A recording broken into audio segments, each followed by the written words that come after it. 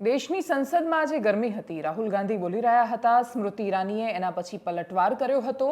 રાહુલ ગાંધીએ flying kiss શું કામ આપી, મહિલા સાંસદોની રુચિનો ભંગ થયો છે, એ પ્રકારની અનેક વાતો થઈ. એ બધાની વચ્ચે આખા રાજ્યની સરકાર સંપૂર્ણ રીતે વિશ્વ આદિવાસી દિવસની ઉજવણી કરવા માટે ગુજરાતના ગામડે ગામડે ફરી રહી હતી. અને આ બધું જ શું કામ થઈ રહ્યું હતું? તો એ બધાના કેન્દ્રમાં, દેશની સંસદથી લઈને ગુજરાતના ગામડાના કેન્દ્રમાં, એ દરેકના મતને ભેગા કરીને કેન્દ્રની સરકાર રચવાનો બધાનો ઉદ્દેશ્ય છે. અને એટલા જ માટે આ દેશની વિશાળ આબાદી, જેને વર્ષો સુધી ભૂલાવીને રાખી હતી, એ આબાદી બધાને યાદ આવી છે. અચાનક જ દેશમાં બધાને આદિવાસી યાદ આવ્યા છે. નમસ્કાર, આપની સાથે હું દેવાંશી.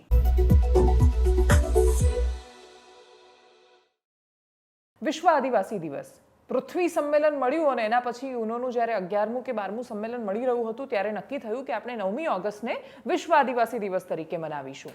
એની અંદર પૃથ્વીને બચાવવાની જ્યારે વાતો થઈ, ત્યારે એ દરેક રાષ્ટ્ર કે જેની અંદર આદિવાસી વસે છે, એ બધા જ રાષ્ટ્રના આદિવાસીઓ ભેગા થયા હતા. દુનિયાભરમાં આદિવાસીની આબાદી છે. એવા લોકો છે કે જે આ પૃથ્વી પર સૌથી પહેલા વસતા હતા એવું માનવામાં આવે છે. એવું કહેવાય છે કે આ એવા લોકો છે કે જેમણે વર્ષોથી બદલાતી દુનિયાની વચ્ચે પોતાની પરંપરાઓને સાચવીને રાખી છે. એમનું મૂળ તત્વ એમાંથી ભૂલાવા નથી દીધું. માણસે ઉત્ક્રાંતિ સાથે વિકાસ કર્યો, એનો શારીરિક બાંધો બદલાયો, બધું જ બદલાયું. અને બદલાતા સમયના પ્રમાણે ભૌતિક જરૂરિયાતો માટે એણે પ્રકૃતિનું નિકંદન કાઢવાનું શરૂ કર્યું. એનું માત્ર શોષણ નહીં, એનું દોહન કરવાનું શરૂ કર્યું. અને પછી આપણે જેને બહુરત્ના વસુંધરા કહીએ છીએ, એ વસુંધરાને તો બહુ ભયાનક હાલતમાં લાવી દીધી. પણ છતાંય પૃથ્વીનું સંતુલન શું કામ જળવાયેલું છે? સંતુલન મોટાભાગે આદિવાસીઓના કારણે જળવાયેલું છે, કેમ કે એ પોતાની પરંપરાઓને નથી ભૂલ્યા. જળ, જંગલ, જમીનની પૂજા કરે છે, પ્રકૃતિના દરેક તત્વને પૂજે છે અને એની સાથે જ પોતાનું જીવન વિતાવે છે. છોટાઉદેપુરના આદિવાસી જ્યારે પિઠોરા દેવની આરાધના કરીને કોઈ ચિત્રકળાનું સર્જન કરે છે, તો આપણે એને અત્યારે એવું જોઈએ છે કે કેટલું સરસ પેઇન્ટિંગ કરેલું છે. પણ એમના માટે પિઠોરા એ માત્ર કોઈ કળા કે પેઇન્ટિંગ નથી. પિઠોરા એ દેવને બોલાવવાની ભાષા છે. એની અંદર શબ્દો લખાય છે, એની અંદર વાર્તાઓ કહેવાય છે.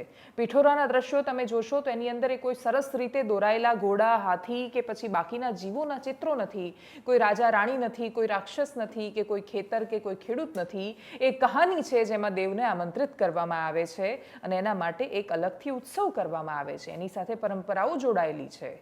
ડાંગમાં જ્યારે કોઈ વારલી ચિત્રકળા કરે છે, ત્યારે આપણે આપણા ઘરની બહાર વારલીનું પેઇન્ટિંગ કરાવીને આપણે કેટલા સરસ મજાના ભારતીય છીએ એ સાબિત કરવાની કોશિશ કરીએ છીએ. પણ આપણે નથી જાણતા કે ડાંગના આદિવાસી કઈ પરિસ્થિતિમાં પોતાનું જીવન વિતાવતા હોય છે. ગુજરાતની પાસે અંબાજીથી લઈને ઉમરગામ સુધીનો આખો પટ્ટો છે. આજે અચાનક બધા જ લોકોએ બિરસા મુંડાને યાદ કર્યા છે. બિહાર, ઝારખંડની વચ્ચે એક એવા આદિવાસી નેતા કે જેમણે અંગ્રેજોના શાસનની સામે હુંકાર કર્યો, લડ્યા, અને એવા જનનાયક કે જેમણે અંગ્રેજોની સામે શહીદી વહોરી. એવા બિરસા મુંડાને કેટલા લોકો ઓળખે છે? એ બહુ જ મોટો પ્રશ્ન છે. આપણે મોટા ભાગના આપણા લડવૈયાઓને નથી ઓળખતા, અને એમાં પણ બિરસા મુંડા જેવા જનનાયકોને તો સાવ નથી ઓળખતા. વિશ્વ આદિવાસી દિવસ જ્યારે સરકારોએ મનાવ્યો, ત્યારે બધાએ જ બિરસા મુંડાની પ્રતિમાને ફુલહાર કર્યા. પણ એ બધા જ રાજનેતાઓને જઈને પૂછીશું કે બિરસા મુંડા કોણ હતા, એના વિશે શું જાણો છો તમે, એમણે કયા ક્ષેત્રમાં સંઘર્ષ કર્યો, તો કદાચ કમનસીબે એમને નહીં ખબર હોય.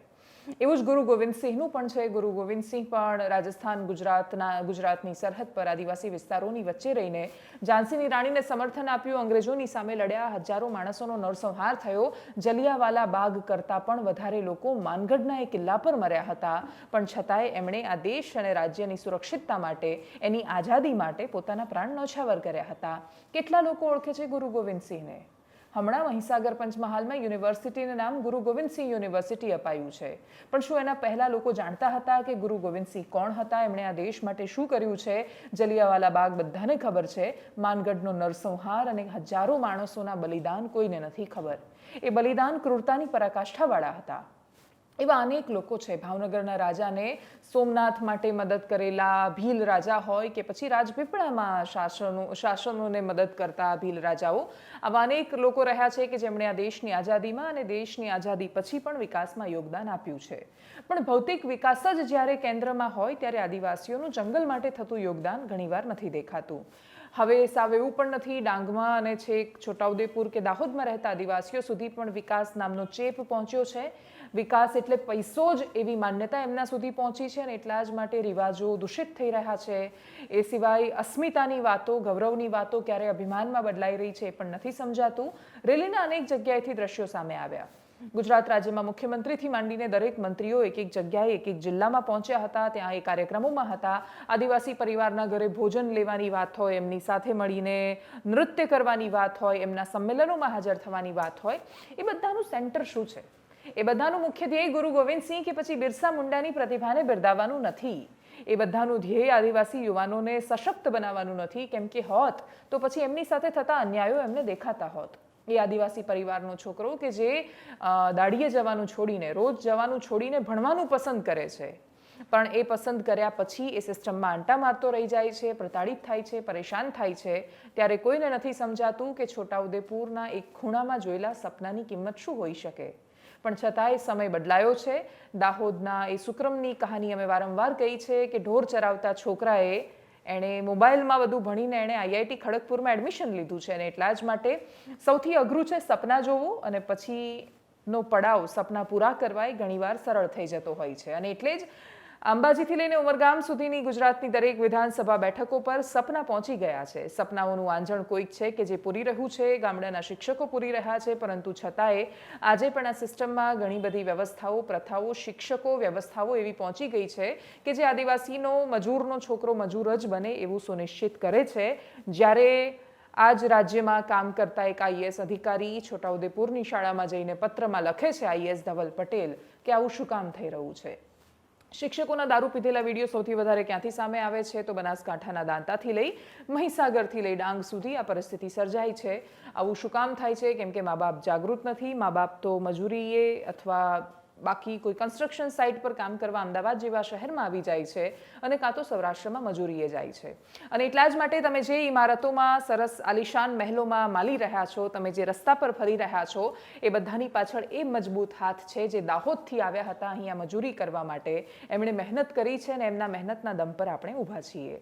આ પૃથ્વીમાં જેટલું પણ બેલેન્સ જળવાયેલું છે, સૃષ્ટિનું, કુદરતનું, પ્રકૃતિનું જે બેલેન્સ જળવાયેલું છે, એ પણ એ જનજાતિને આભારી છે જે જનજાતિઓ અલગ અલગ રીતે, કોઈ મણિપુરમાં, કોઈ અસમમાં, કોઈ ગુજરાતમાં, કોઈ મહારાષ્ટ્રમાં, કોઈ મધ્યપ્રદેશમાં, ઝારખંડમાં અલગ અલગ રીતે આ સૃષ્ટિને, આ પ્રકૃતિના એના સંરક્ષણનું કામ સતત કરતા આવ્યા છે. આવા અનેક લોકોની વચ્ચે એક ઘટના એ પણ સર્જાઈ કે જ્યારે કૃષિ મંત્રીની સાથે થોડી મજાક થઈ ગઈ. મજાક કયા સંદર્ભે? તો કૃષિ મંત્રી પહોંચ્યા હતા ડેડિયાપાડા વિસ્તારમાં, સૌથી વધારે આદિવાસી બાહુલ્ય ધરાવતો વિસ્તાર. નર્મદા જિલ્લો, નર્મદા, દાહોદ, છોટાઉદેપુર, ડાંગ, આ બધા જિલ્લાઓ એવા છે કે જ્યાં સૌથી વધારે વસ્તી આદિવાસીની છે. ત્યાં પહોંચ્યા તો એક કાર્યક્રમ હતો. હવે આદિવાસીની તો પરંપરા વર્ષો જૂની છે. ત્યાં તો એ બધી પરંપરાઓ એવી છે કે સરકાર પણ એમાં કશું જ નથી કહી શકતી, કેમ કે એ લોકો પરંપરાઓની સાથે એ રીતે જોડાયેલા છે. દેશ અને દુનિયા જેમ આગળ વધી ગઈ એમ એ લોકો આગળ નથી વધી શક્યા અને એટલા જ માટે તમે જો એની પરંપરાથી એની પરંપરા પર સવાલ કરવા માંગો છો તો સૌથી પહેલાં તમારે ત્યાં શિક્ષણ પહોંચાડવું જરૂરી બની જાય છે. આદિવાસીની પરંપરા છે દારૂથી પૂજા કરાવે છે ત્યાં, અને એને પૃથ્વી પર અર્પણ કરવામાં આવે, ધરતી પર. હવે સામાન્ય રીતે પૂજામાં શું થાય કે તમને હાથમાં પડેલામાં જો કશું આપ્યું હોય તો એ તમારે પીવાનું હોય. કૃષિ મંત્રીની સાથે પણ એવું જ થયું. એમને આપ્યું, એમને લાગ્યું કે ભાઈ ભગવાનને ચડાવેલું ચરણામૃત છે અને આ પી જવાનું છે, તો કૃષિ મંત્રી ભૂલથી દારૂ પી ગયા. બધા જ લોકોએ મીમ વાયરલ કર્યા કે મારે પીવો નહોતો ને મને પીવડાવ્યો. આ ગીત ઉપર કૃષિ મંત્રીના ફોટોઝ, વિડીયોઝ વાયરલ થવા માંડ્યા. કૃષિ મંત્રી સાથે ઘટના, દુર્ઘટના કે જે પણ તમે ગણો એ શું થઈ, પહેલા એ જોઈ લઈએ. સૌને જય જોહાર, જય આદિવાસી, જય મૂળ નિવાસી.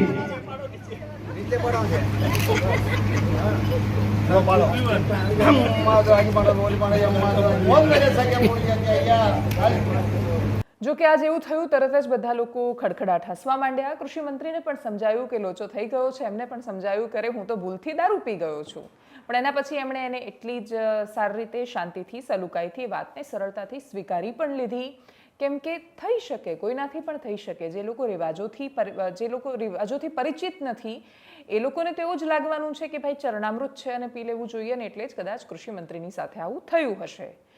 એના પછી જે બીજી ઘટના થઈ એ વધારે ચિંતાવાળી હતી. મુખ્યમંત્રી તાપી જિલ્લામાં હતા. તાપી જિલ્લાની સોનગઢની ગુણસદાની આશ્રમ શાળામાં મુખ્યમંત્રીનો કાર્યક્રમ હતો. મેરી મિટ્ટી મેરા દેશ, મારી માટી મારો દેશ એ કાર્યક્રમ પણ લોન્ચ કરવામાં આવ્યો હતો. મુખ્યમંત્રી એ કાર્યક્રમમાં ત્યાં હાજર હતા અને જેવું એનું લોકાર્પણ થયું પછી એમણે થયું કે હું શાળાના પ્રાંગણની પણ મુલાકાત કરતો આવું. આ વિચાર જ અદ્ભુત હતો.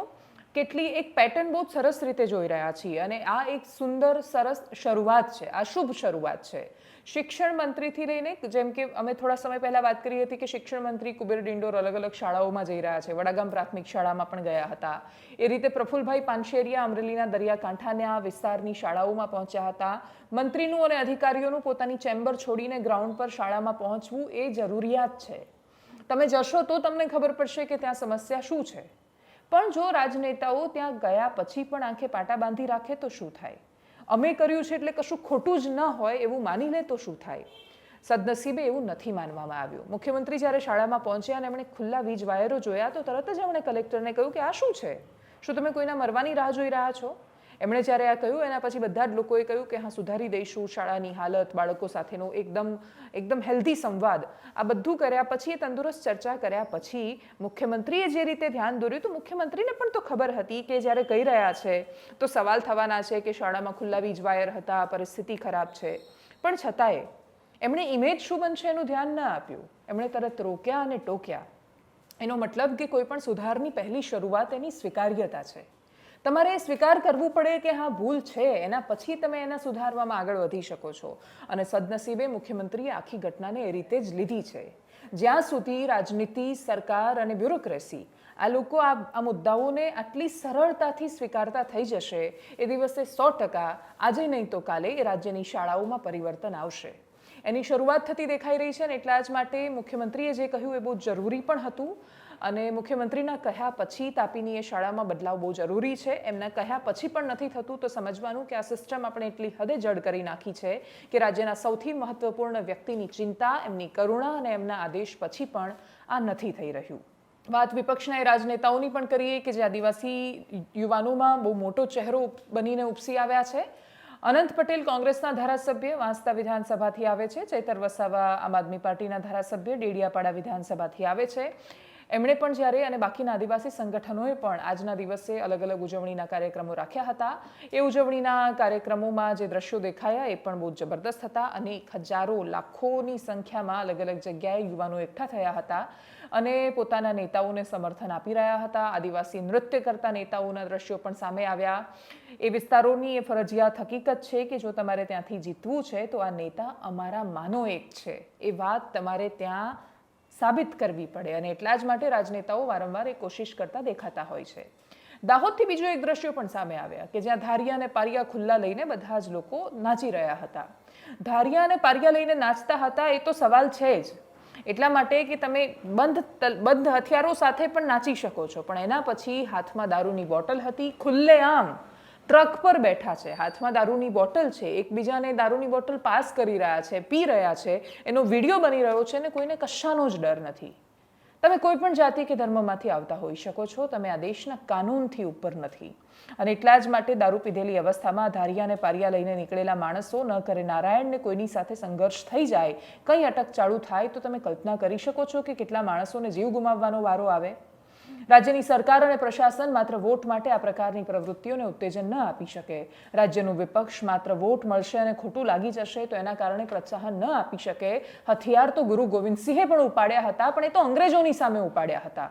રસ્તા પર કિકિયારીઓ કરવા માટે અને દારૂ પીને છાકટા બનવા માટે આદિવાસી અસ્મિતા નથી હોતી. અને જો દારૂ પીને છાકટા બનવું અને રસ્તા પર હથિયારોની સાથે ગમે તેમ નાચવું, આજુબાજુવાળાને પરેશાન કરવા, આ જ જો તમારી અસ્મિતા છે તો પછી એ આદિવાસી અસ્મિતા નથી અને એનું ગૌરવ કરવાનો આ સમય નથી. એ વિડીયો જે સામે આવ્યો હતો એના પછી જે તે વિસ્તારના અધિકારીઓની પ્રતિક્રિયા અમને અપેક્ષિત છે. એમણે જવાબ આપવો પડશે કે એમના શાસનમાં એમની ફરજ દરમિયાન આ પ્રકારનું કેવી રીતે ચાલ્યું. આ તમાશાઓ કોઈ પણ સંજોગોમાં ન ચલાવી લેવાય, કોઈ પણ અસ્મિતાના નામે ન ચલાવી શકાય.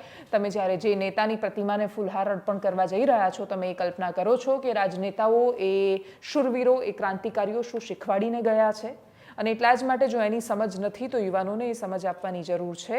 અને એટલે જ અસ્મિતાના નામે જ્યારે તમે અભિમાન પર અને ખોટી રીતે છાકટા બનવા પર ઉતરી આવો છો ત્યારે પછી એક સમય એવો આવવો જોઈએ કે જેના પર અંકુશ લાવવો બહુ જ મહત્વનો છે. રાજ્ય અને બાકીના વિસ્તારોની વાત કરતા પહેલા આપણે સીધા જ હવે દેશની વાત કરીએ, દેશની સંસદની વાત કરીએ.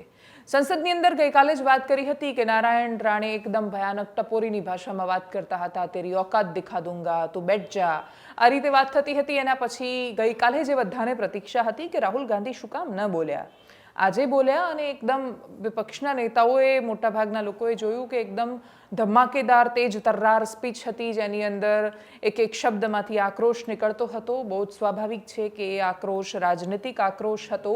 સંવેદનાઓથી ભરપૂર હોત તો ઘણીવાર એવા સમય પણ આવ્યા છે ભૂતકાળની સરકારોમાં કે આ જ રાજ્યોની સમસ્યાઓ જે તે સમયે ઊભી થઈ છે. આ સમસ્યાઓ વર્તમાન સરકારમાં પરાકાષ્ઠા પર પહોંચી છે. જે થયું છે એ હદથી વધારે છે, કોઈ પણ સંજોગોમાં ન થવું જોઈએ અને વર્તમાન સરકારની નિષ્ફળતા છે. પણ એના જન્મથી લઈને એના પાલન પોષણનો સમય તો કોંગ્રેસની સરકારમાં પણ ગયો છે. અને એટલા જ માટે રાહુલ ગાંધી જે કર્યું, રાહુલ ગાંધીએ એ વિપક્ષની ભૂમિકામાં અપેક્ષિત હતું કે એમણે આવું કરવું જ પડે. જ્યારે વિપક્ષ છાકટું બને છે ત્યારે સત્તા અનિયંત્રિત બની જાય છે. વિપક્ષને કશી ખબર ન પડે કે ક્યારે બોલવું છે, ક્યારે ચૂપ રહેવું છે, ત્યારે સત્તા એનો ભરપૂર ફાયદો ઉઠાવે છે. સદનસીબે રાહુલ ગાંધીને ધીરે ધીરે એ સમજ આવવા માંડી છે કે એમણે દેશની સંસદમાં અવાજ બુલંદીથી મૂકવો પડશે. ફરી એકવાર એમણે ભારતીય જનતા પાર્ટીની દુખતી રગ પર હાથ મૂકવાની કોશિશ કરી. એમણે પ્રધાનમંત્રી મોદીની સાથે સરખાવતા રાવણનું ઉદાહરણ આપીને કહ્યું કે રાવણ માત્ર 2 જ વ્યક્તિઓની વાત સાંભળતો હતો, મેઘનાદ અને કુંભકર્ણ. પ્રધાનમંત્રી મોદી પણ માત્ર 2 જ માણસોનું સાંભળે છે, અમિત શાહ અને અદાણી. આ વિષય પર જ્યારે એ વાત કરતા હતા ત્યારે દેશની પાર્લામેન્ટમાં હંગામો હતો. મણિપુર પર એમણે સવાલ કર્યા, એના પછી એમની બીજી એક હરકત પણ ચર્ચામાં આવી છે. પણ સૌથી પહેલા રાહુલ ગાંધીએ શું કહ્યું એ સાંભળીએ. तो अगर नरेंद्र मोदी जी हिंदुस्तान की आवाज नहीं सुनते हैं, अगर हिंदुस्तान के दिल की आवाज नहीं सुनते हैं, तो किसकी आवाज सुनते हैं? दो लोगों की आवाज सुनते हैं. इसकी आवाज सुनते हैं,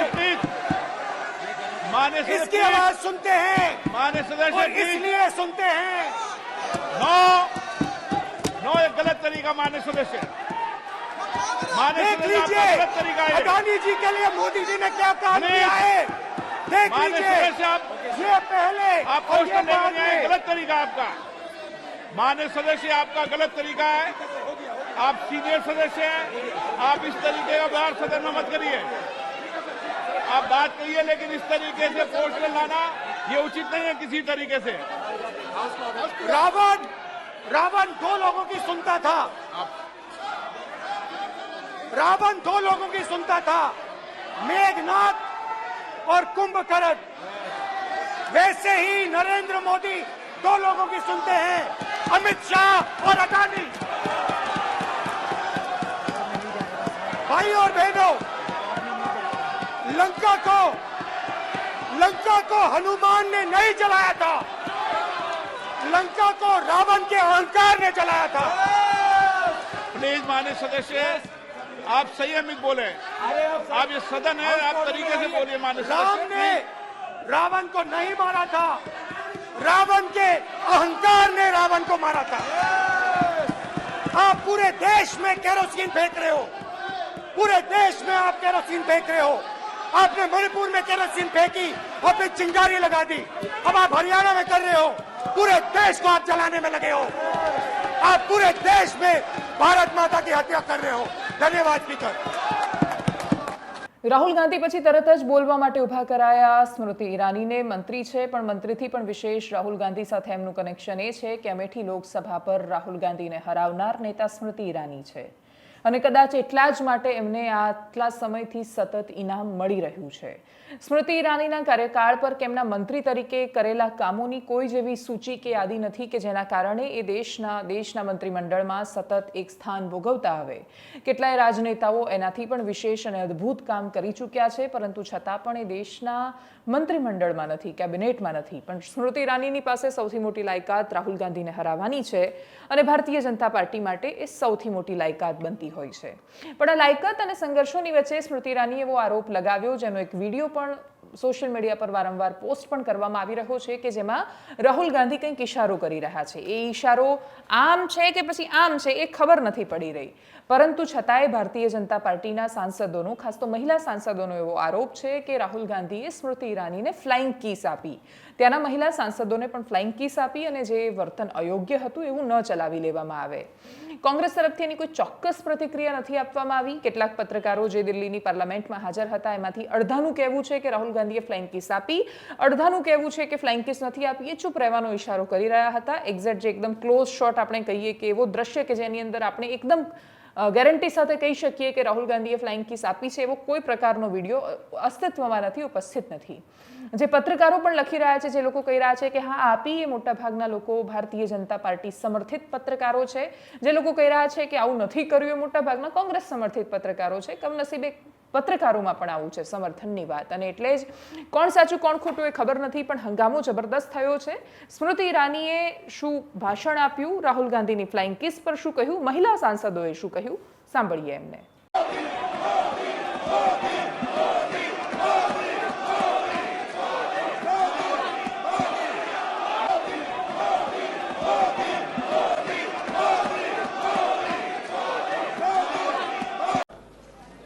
एक बात पर मैं आपत्ति अभी दर्ज करती हूं अध्यक्ष जी, कि जिनको आज मुझसे पहले वक्तव्य देने का अधिकार दिया गया, उन्होंने जाते जाते एक अभद्र यहां पर लक्षण के दर्शन दिए. It is only a misogynistic man who can give a flying kiss to a parliament with seats female members of parliament. ऐसी गरिमा विहीन आचरण को इस देश के सदन में कभी नहीं देखा गया. ये उस खानदान के लक्षण हैं, ये आज सदन में देश को पता चले.